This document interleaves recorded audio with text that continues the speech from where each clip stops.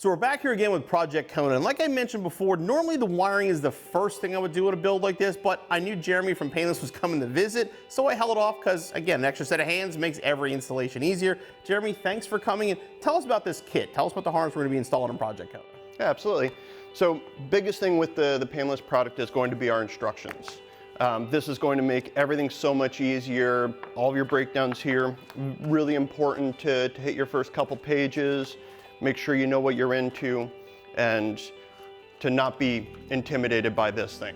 Because wiring is something that intimidates a lot of people. We know a lot of you guys watching these videos are afraid of wiring because it's not something that everybody does. I mean, everyone can change their oil and do that kind of stuff, but getting the wiring is tricky. And obviously, Painless, excuse the puns, goal is to make this as painless as possible. And I know that instruction manual is priceless. We did a video on the 65/6 harness before. And yeah, I mean, color photos, detailed stuff, but let's get into the harness itself. Tell us about this harness and what goes into making a painless harness. Yeah, absolutely. So this is a specific harness for the vehicle. So everything is going to be color coded. Everything is going to be labeled every couple of inches. If you've got a dark color wire, then you've got white lettering on it. It's going to have what it does. It's going to have its sequence number on here. On the harness, it's going to be broken down by which part goes into the vehicle. So you can see here that you've got your rear section of the harness, but we'll get into more of that as we get this thing ripped open. Yeah, your block, it is a specific block for this vehicle, and everything connection-wise, if it's not an OE part, it's at least an OE equivalent. If we can't give you OE equivalent, then you utilize a factory. Okay, now in the case of this too, as far as the wiring and the colors and stuff like that, obviously everything is very carefully labeled, but it's all accurate to Ford colors as well. So if you are using original wiring in some places, the colors should match up? It is. Everything is going to be what the OE color was, and we're able to do that by ordering bulk wire, doing all of our printing in-house, doing all of our labeling in-house, and then building the kit in-house. And you said the wire, we were talking actually off camera about the wire and where the wire even comes from, and that was kind of a cool story, how you make it and what it's made out of. Sure. So the wire, one thing that I hear often at shows is your wire is smaller than everybody else. And my take on that is, you're welcome. The wire is TXL. It's thin, cross-linked, and the shielding on it is polyethylene. So a lot of other people use soy-based insulation, and if anybody's ever had a car sitting for a period of time, it becomes a snack. Yes, yeah, we know that, the rodents like it. With the poly, it's something that they are not attracted to, when you're much less likely to have that. And it makes the wire, you said, very flexible too. Like I've noticed when you're running these wires, it's easy to bend them around things, and it just makes it easier to lay them out, basically. Sure, and not that there's something wrong with what a lot of the competitors do, but they're using GM color code because they're just buying the wire in bulk. And the wire qualities may be a little lesser, so it's not quite as pliable. So on a kit like this, I mean, this is specific to the 69 through 70 Mustang. But in the case of ours, obviously we're doing a resto mod. So what is the benefit of the painless harness for a car with a lot of aftermarket parts versus putting stock wiring or original replacement wiring back in it? We add a bunch of extra circuits here. Okay. So it's going to give you the versatility to, add some of your aftermarket upgraded stuff. So something like Project Kona, we're doing a resto mod. So original wiring, we could have gone with that, but why painless? Why would you recommend this, especially for that guy who's doing aftermarket stuff on the car? Yeah, great question. So a few cool things about the painless in addition are we add circuits. So if you've got an extra accessory, different parts on electric fuel pump, electric fan, all that stuff. Sure, sure. Okay. And we've got extra circuits for you to do that. Also, although our fuse box is intended to go into factory location, everything is new, modern mini fuses. So again, with the resto mod 2, we're doing a lot more modern stuff. We're doing a better cluster, we're doing a better stereo. This is going to handle all of that, I'm assuming, easily. Absolutely. This is going to like all of your LED stuff and all of your other heavy amperage stuff. Having the more modern box, even though it goes into the factory location, with all of your convenient new fuses, your upgraded audio stuff, I mean, there are, you know, the wires here for Everything that. you need, air conditioning, does not matter what you're doing. Sure. This is going to be wired. Sure, up there. yeah, whether it's a power window car or not, you know, you've got your circuits for that as well. Excellent. So on a car like Kona, basically where we're at right now, we have a gutted shell. And there's basically two ways you're going to install a painless harness. You're either going to take the factory wiring out, which they actually give you labels that you can label that stuff so you remember where everything goes. In our case, we are starting from scratch. Now, our car, it doesn't have a dash, it doesn't have any of that stuff in it right now. So what we're gonna do today, me and Jeremy, basically just gonna lay this harness out, show you how it fits the vehicle, and then obviously as we continue this build, we'll start plugging stuff in. This is when everybody starts to get nervous. Yeah, when you see kind of everything that you're working with. Sure. And... give a hand here, whole lot of bread ties. Yeah, which is good.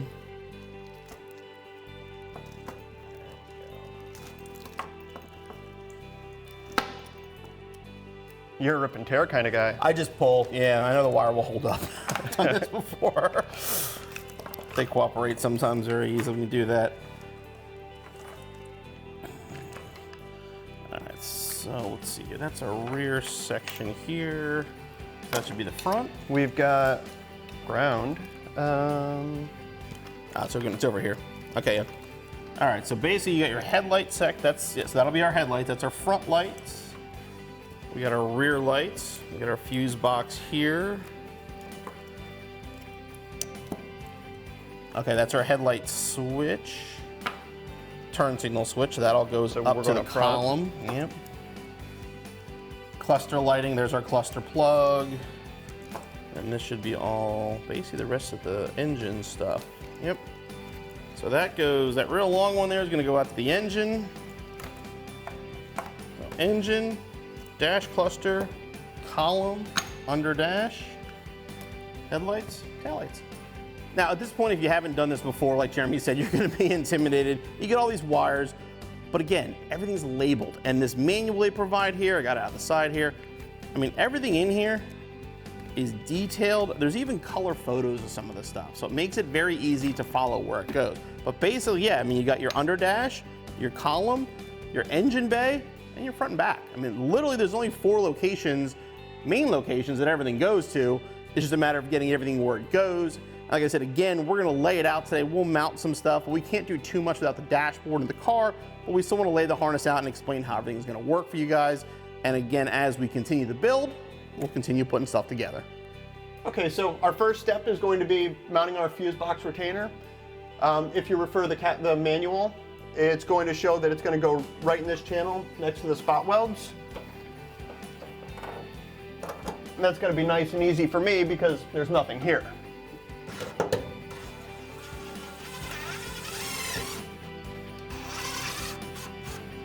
Okay, so our next step is going to be mounting the fuse box to the retainer. As this guy goes in, you're going to get the sides past the retainer. You're going to hear it click as it's going. And we're home. So now that we have this mounted, we're going to go under the hood and we're going to run the headlight harness. So our next step normally would be taking this, slicing your grommet, and mounting this guy here. But with this being a resto mod, Bill has other plans. So we're ready to install our headlight wiring harness. And as you can see, it has all of our headlight plugs, voltage regulator, markers, everything that's gonna go under the hood of the car. Now, on a factory build, this wiring harness goes through the firewall where Jeremy showed you, and then it kind of goes down around the shock tower to the front. Now, obviously, we spent a lot of time and energy under this hood, smoothing it all out and painting it, so there's no way we're gonna run a wiring harness right across the side. So what we're gonna do is actually cut it down, go out into the fender well, and hide the harness, but still get it up to the factory location.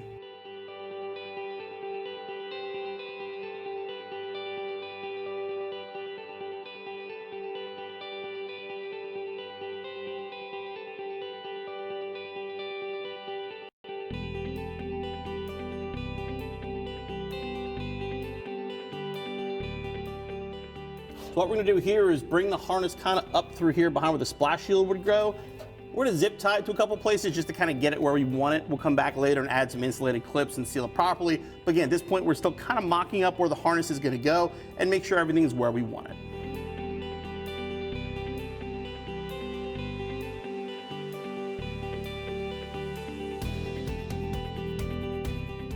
So as is typical with a custom build, we try to go down through the rocker to get the wiring out there, which would work. The problem is we had to go down and then back up instead of what the harness design do, which is to go straight out. Doing that shortened the wires enough that we had to lengthen all the wiring for the passenger side. While we can do that, we don't want to if we don't have to. Our second option though was to drill a hole high up on the firewall out to the fender area, which will allow us to go more straight and give us the extra length that we need. So we're gonna go that direction.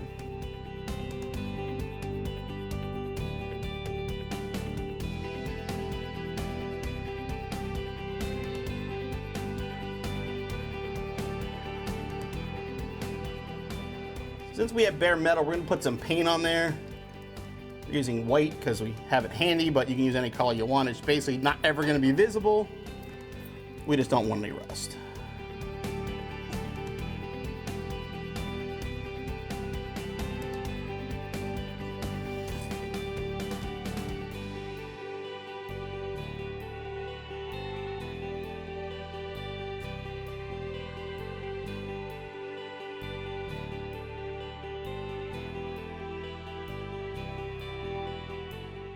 So now that Bill has wires fed through here, he's doing some cleanup in the wheel well, getting them tidied up.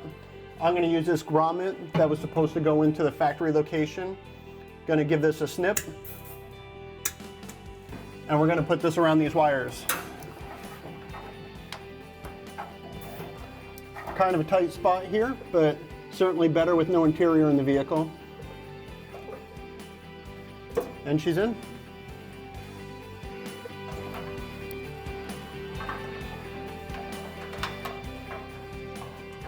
So another plus of all of the TXL wiring in the painless harness is going to be temperature.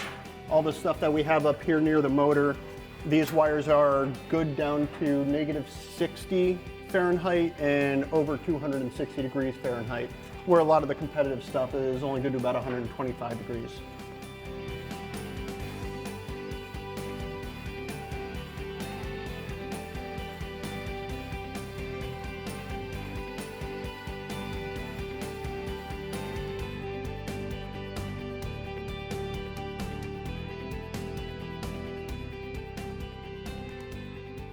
All right, so basically everything fished to the front where it's gonna go. We do have wiring, the main power wire along with the wiring to the voltage regulator.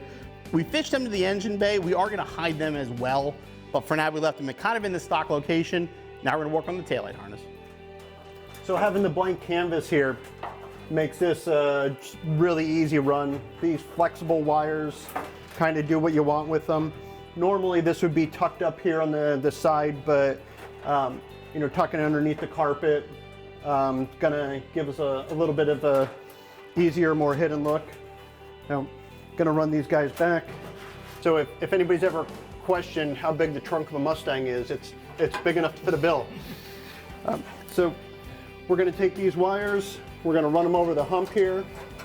Not having the fuel tank makes this nice and accessible back there.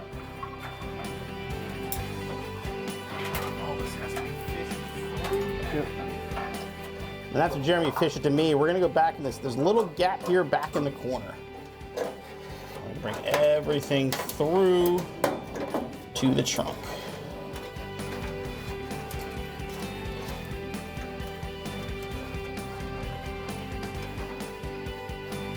This is your tail light plug. This is your marker light plug. This is your backup light. The backup light goes through a grommet down here right on the side of the trunk drop off. So basically bring the harness down, you fish that down there. Tail light goes right here, and the marker light goes out the side. Then you're gonna take this harness here, you're gonna go behind the trunk latch support, and then same thing over on the other side. Again, there are retainers that'll be in here if you do have a factory car. We're gonna worry about them later in our case. So at this point, we're about done with what we can do. We don't have a dash, we don't have an engine, we don't have a glove box, or any of that stuff, but we have the wires laid out, which is what we kind of wanted to do today. We want to get the harness in the car, figure out where everything's gonna go. We have all the lighting plugs are basically in place, the fuse box is mounted, and we're good to go until we get a dash and a control pack and all the other stuff. At which point, I'm probably gonna give you a call and say, hey, do you wanna come back out? Thanks a lot, buddy. Absolutely. Appreciate that. Thank you.